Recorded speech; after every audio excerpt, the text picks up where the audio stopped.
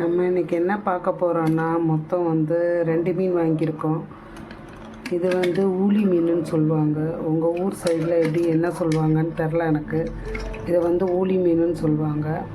இதோட தலையெல்லாம் குழம்புல போட்டுட்டு இந்த உடம்பு இந்த வாழை மட்டும் பொரிக்க போகிறேன். இது வந்து இன்னொரு மீன் என்னென்னா நெத்திலி மீன். நெத்திலி மீன் எல்லா ஊர்லேயும் இது நெத்திலி மீன் தான் சொல்லுவாங்க. அதனால் இதில் நெத்திலி மீன் குழம்பு வைக்க போகிறேன். ஊளி மீன் வந்து இந்த தலையை குழம்புல போட்டு உடம்பையும் வாழையும் பொரிக்க போகிறேன். இன்றைக்கி இது என்னன்னு சொல்லிட்டு நான் லாங் வீடியோவில் போடுறேன். தயவுசெய்து வீடியோ பாருங்கள். ஷார்ட்ஸ் மட்டும் எனக்கு நிறைய வியூஸ் போகுது, வீடியோவில் வியூஸே போகல. நீங்கள் தான் சப்போர்ட் பண்ணணும் எனக்கு.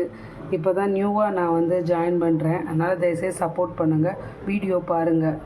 பிடிச்சிருந்தா லைக் பண்ணுங்கள், சப்ஸ்கிரைப் பண்ணுங்கள். மீன் குழம்பு வைக்கிறதுக்கு கொஞ்சோண்டு தான் வெங்காயம் நான் ரொம்ப போட மாட்டேன், கம்மியாக தான் போடுவேன். 2 பச்சை மிளகா, பூண்டு, தக்காளியை வந்து பிசைஞ்சு தான் எப்போயுமே நான் குழம்பு வைப்பேன். அதனால் தக்காளியை வந்து நல்லா பிசைஞ்சு குழம்பு வச்சா தக்காளியோட சாரும் சேர்ந்து சேரும். அதனால தான் தக்காளியை நல்லா பிசைஞ்சு வைப்பேன். அது எப்படின்னு பார்க்கலாம் வாங்க. மீன் குழம்புக்கு, கருவாட்டு குழம்புக்கு அந்த கீரைலாம் கடையிறது எல்லாமே ஒரு மண்சட்டியில் தான் நான் செய்வேன். மண்சட்டியில் செய்யும்போது நல்லா குழம்பு கொஞ்சம் வாசமாகவும் திக்காகவும் இருக்கும், நல்லாவும் இருக்கும். அதனால் இப்போ நம்ம அந்த மண்சட்டியில் தான் மீன் குழம்பு வைக்க போகிறோம். எப்படின்னு பார்க்கலாம் வாங்க. மசாலாவை கூட்டுறதுக்கு வந்து இந்த பாத்திரத்தை ரெடி பண்ணிக்கலாம். இந்த பாத்திரத்தை வச்சு மசாலாவை கூட்டிக்கிடலாம். அதுக்கப்புறம் தாளித்து ஊற்றிக்கிடலாம். இது வந்து புளி ஊற போட்டு வச்சுருக்கேன். அரிசி கழுவுற தண்ணி இருக்குது பார்த்தீங்களா, அதில் ஒரு தடவை அலசி கீழே ஊற்றிட்டு மீதி அடுத்து இன்னொரு தடவை 2வது அலசி உலையில் போடுறதுக்கு முன்னாடி அந்த தண்ணி வந்து நான் எடுத்து வச்சுருக்கேன். அதில் தான் புளி ஊற போடுவேன். குழம்பு வந்து இன்னும் கொஞ்சம் டேஸ்ட்டாக இருக்கிறதுக்காக இதை பண்ணுறோம். வாங்க பார்க்கலாம். நல்லா இப்போ பார்த்தீங்கன்னா புளியை நல்லா கரைச்சி ஊற்றியாச்சு.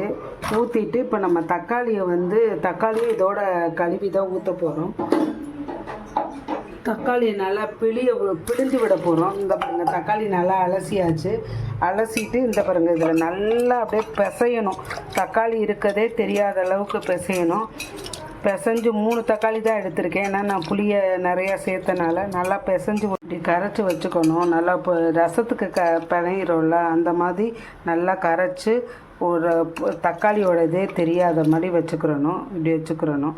வச்சுட்டு இதுக்கப்புறம் வந்து மஞ்சத்தூள், மஞ்சத்தூள், உப்பு, கலந்த மிளகாத்தூள், வெறும் மிளகாத்தூள் போட போகிறோம். இதுவுமே மஞ்சத்தூள் போட்டாச்சு. மஞ்சத்தூள் போட்டு இப்போ வந்து உப்பு பாருங்கள், இந்த அளவு உப்பு போட்டால் போதும். இது வந்து கல்லுப்பு போடுறது வந்து நல்லாயிருக்கும். ஏன்னா தூள் உப்பு வந்து எனக்கு அளவும் தெரியாது. கல்லுப்புனா அதிலே சேர்ந்து நல்லா நம்ம கரைக்கும் போது கரைஞ்சிரும். இப்போ வெறும் மிளகாத்தூள், நான் வீட்டில் அரைச்ச மிளகாத்தூள். இது எனக்கு அம்மா அரைச்சி கொடுப்பாங்க. பக்கத்துலேயே அம்மா விற்கிறாங்க. அந்த இது வந்து கொல்லிமலையிலலாம் போயிட்டு மிளகாத்தூள், மிளகு எல்லாம் வருஷத்துக்கு ஒரு தடவை வாங்கி தருவாங்க. வாங்கிட்டு வந்துட்டு இது கிட்டத்தட்ட நான் 6 மாதம் 1 வருஷம் ஆச்சு இதை வாங்கி அரைச்சி. 1 வருஷத்துக்கு ஒருக்கா தான் அரைப்பேன். நான் அதை ஃப்ரிட்ஜில் எதுலேயுமே வைக்கிறது இல்லை. அப்படியே இதை வந்து தனியாக இந்த மாதிரி பக்கெட்டில் 3 பக்கெட் வச்சுருக்கேன். இது அப்பைக்கப்போ யூஸ் பண்ணுற பக்கெட்டு. இன்னொரு பக்கெட்டு பெரிய பக்கெட்டில் ஸ்டாக் பண்ணி வச்சுருவேன்.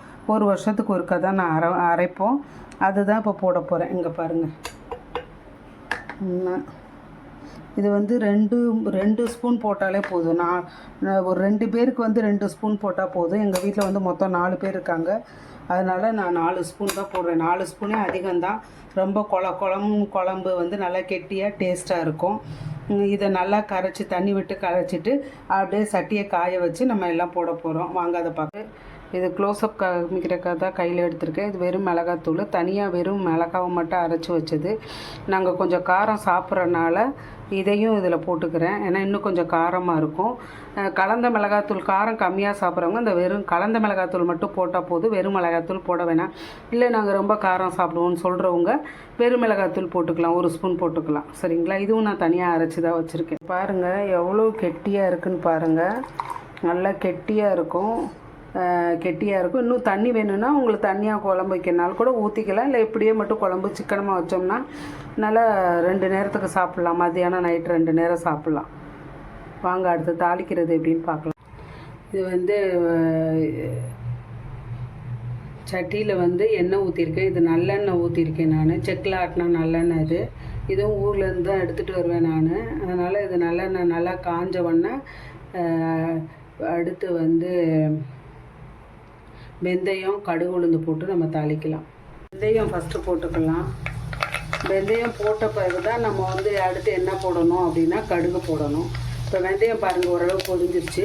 இப்போ திருப்பி வந்து கடுகு போட்டுக்கலாம். கடுகு போட்டுட்டு அதுக்கப்புறம் இந்த பூண்டு ஒரு 4-5 பூண்டு வதக்கினேன், அதுவும் போட்டுக்கலாம்.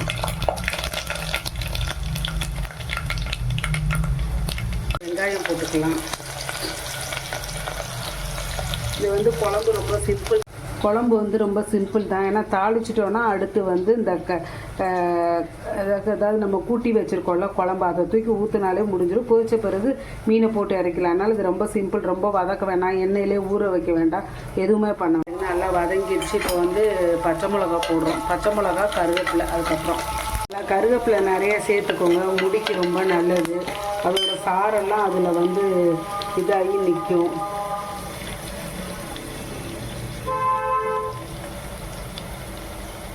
நல்லா வதங்கிருச்சு. இல்லை அந்த நம்ம கூட்டி வச்சுருந்தோம் குழம்பு, அதை வந்து ஊற்றுறோம். அவ்வளோதான். நீ இதை நல்லா கொதித்த பிறகு நம்ம வந்து மீனை தூக்கி போட வேண்டியது, அவ்வளோதான் விஷயம். மீன் எப்படி பொரிக்கிறதுன்னு இப்போ நான் சொல்கிறேன், அதுபடி பார்க்கலாம். இப்போ குழம்பு பாருங்கள் நல்லா முறக்கட்டி வருது. மூடி வச்சோம்னாலே ஒரு 5 நிமிஷத்தில் இப்போ கொதி வந்துடும். நல்லா இன்னும் கொஞ்சம் கொதிக்கணும். கொஞ்சம் கெட்டியாக வேணும்னா நம்ம இன்னும் கொஞ்சம் கொதிக்க விட்டு மீனை போட்டு இறக்கிடலாம். இல்லை கம்மியாக இல்லை எனக்கு கொஞ்சமாக இருந்தால் போதுன்னா இந்த கொதிக்கும் போதே மீனை போட்டு இறக்கிடலாம். ஏன்னா நம்ம போடுறது நெத்திலி மீன், இந்த ஊளி மீனோட மண்டை மட்டும் போட போகிறோம். அதனால் நெத்திலி மீன் ரொம்ப கொதிக்கணுன்ற அவசரம் இல்லை. ஒரு கொதி வந்தோடனே ஆஃப் பண்ணிடலாம். பாருங்கள் எப்படி நல்லா கொதித்து வருதுன்னு. நல்லா அப்படியே கொலன்னு கெட்டியாக இருக்குது. இப்படி பாருங்கள் கொதித்து வட்டிருச்சு. எனக்கு கொஞ்சமாக இருந்தால் போதும் குழம்பு நான் வந்து வச்சேன். அதனால் அங்கே பாருங்கள் நல்லா கொதிக்கும்போது ஒரே ஒரு கொதி வந்தோன்னா அடுப்பு ஆஃப் பண்ணிட்டா போதும். நல்லா மணக்க மீன் குழம்பு. நீங்களும் செஞ்சு இதை சாப்பிட்டு பாருங்கள். குழம்பு பாருங்கள் எவ்வளோ கெட்டியாக வச்சுருக்கேன்னு பாருங்கள். எப்போவுமே நான் அப்படி கெட்டியாக தான் வைப்பேன். இது மத்தியானத்துக்கு நைட்டுக்கு தோசைக்கு ஊற்றி சாப்பிட்டுட்டு திருப்பி நான் மறுநாள் மத்தியானமும் குழம்பு இருந்தாலும் அது சூடு பண்ணி மஞ்சட்டியில் வச்சு சாப்பிடும்போது நல்லாயிருக்கும். கொஞ்சமாக நம்ம வச்சோன்னாலும் பார்த்திங்கன்னா நல்லா உங்களுக்கு திக்காக வச்சாலும் கொஞ்சமாக தான் ஊற்றி சாப்பிடுவோம். குழம்பு கொதி வந்துருச்சு.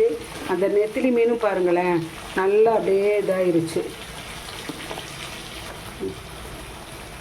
இப்போ பாருங்கள் நெத்திலி மீன் நல்லா இதாகிடுச்சு. இந்த சூட்டோடையே நல்லா அடுப்பை ஆஃப் பண்ணிட்டு மூடி வச்சிடணும். அதிலே வெந்துடும். அது ரொம்ப நேரம் வேக அவசியம் இல்லை.